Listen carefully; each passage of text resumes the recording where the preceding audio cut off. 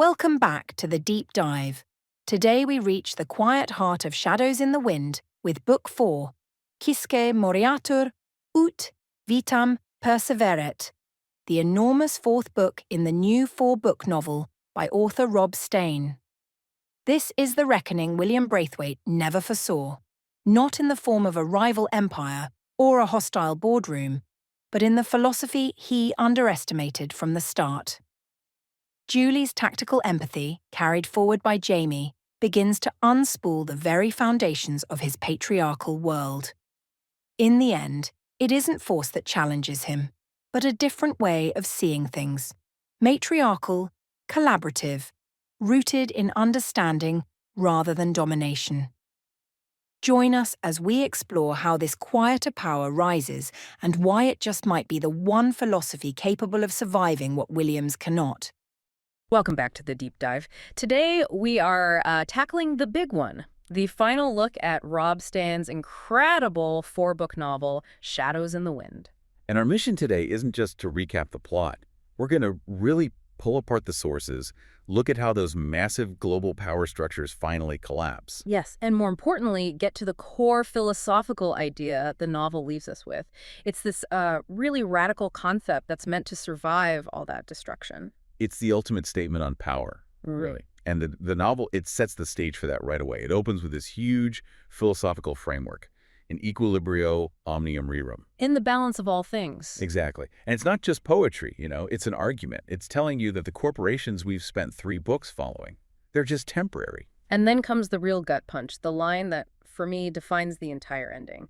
Quisque moriatur ut vitam perseveret. Let each one die so that life may endure. It's this idea that everything, empires, people, even these terrible acts, they're all transient.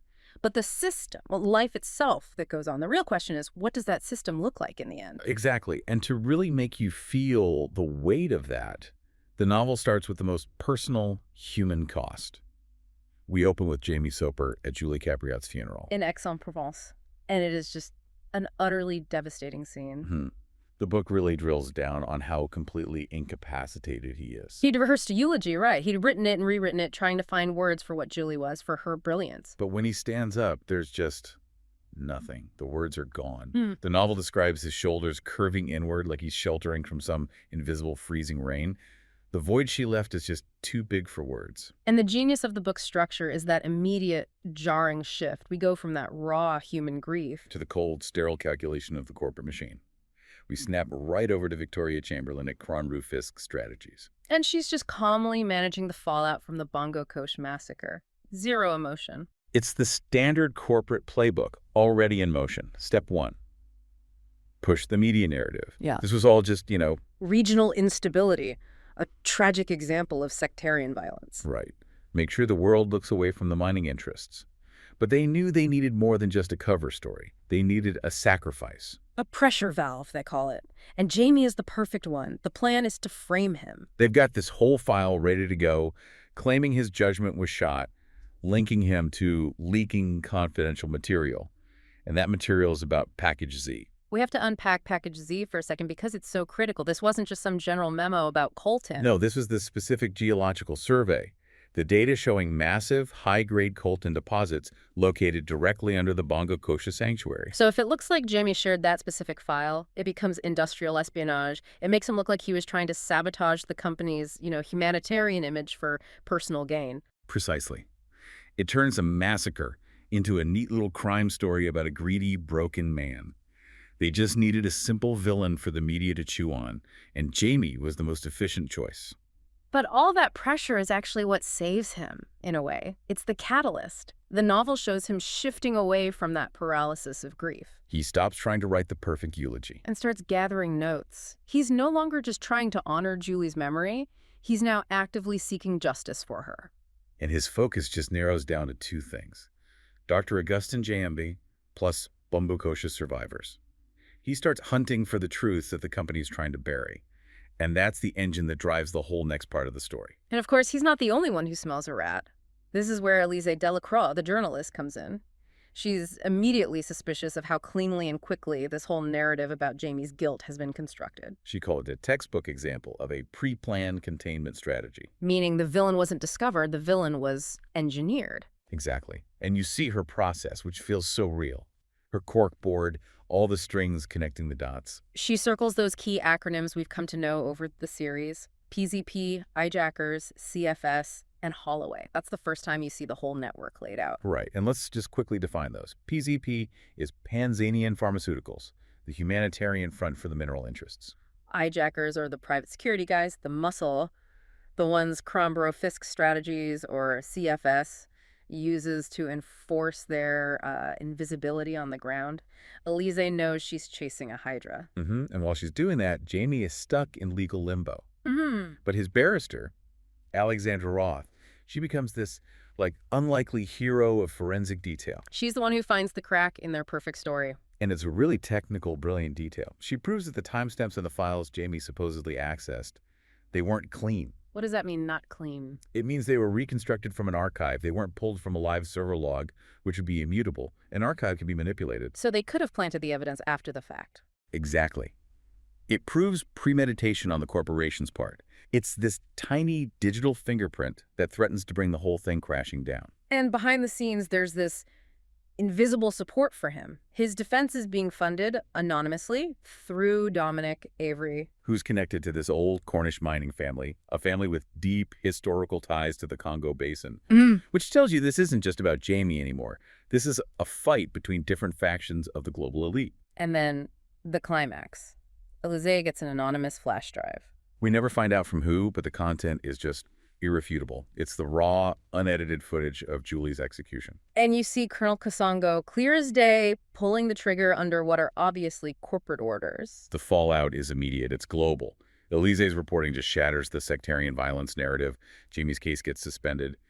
And the whole coordinated effort between Fisk, Panzanian Mining, and the William Braithwaite organization is just exposed. And the novel shows that the truth, when you have that kind of hard evidence, it can be a weapon, a catalyst for total systemic collapse. And once that collapse begins, the book pivots.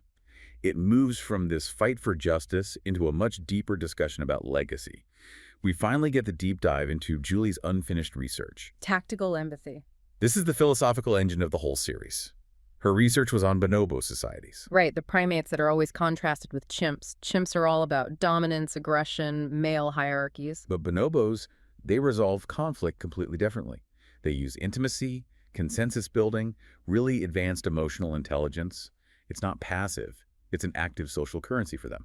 Julie's conclusion was that empathy wasn't a weakness. It was a sophisticated form of strength. It's a huge idea. It forces you, the reader, to question the very foundation of our own systems. Her big question, the one Jamie keeps coming back to, is, what if our greatest evolutionary advantage isn't our capacity for dominance, but our capacity for connection? In the novel, the bonobos are basically proof of concept. They show that a stable, enduring system can be built on cooperation instead of aggression and extraction. But bringing that idea out into the world is dangerous. Alexandra Roth, the barrister, she warns Jamie he has to be extremely careful. The idea itself is subversive. So she tells him he has to sanitize it, frame it as a purely academic framework. Because if he presents it as a political manifesto, the corporate machine will just label him as politically motivated and completely discredit Julie's science. A very tactical approach to a radical idea. Yeah. And Jamie follows her advice. He starts presenting the work at places like Geneva, the Royal Society, very high-profile but non-political venues. And it works. It creates this legitimate academic platform for the ideas, and they start to spread. Elise Delacroix is watching all this happen, and she realizes that this alternative model, tactical empathy, is actually taking root. It's spreading through universities, through activist groups. It's building a counterstructure while the old one falls apart. And that old guard is falling apart in a very messy way. This is not some neat courtroom ending for the bad guys. No. William Braithwaite, the big boss behind it all, he's found dead. The official report says a massive stroke, but the circumstances, they imply something much darker.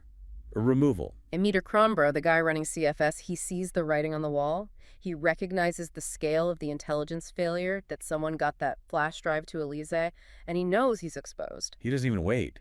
He just scrambles, cites a family emergency, and tries to disappear because he knows he's being hunted now by forces way bigger than the law. Which is our introduction to the real puppet masters of the story, the Concordat. The ultimate ancient power structure that's been controlling the board the entire time. We meet the matriarch, Lady Albur or Eleanor, and she views this whole collapse with this chilling clinical detachment. For her, Braithwaite and Crumbro were just tools. They were liabilities who violated the Concordat's #1 rule. Invisibility. Invisibility.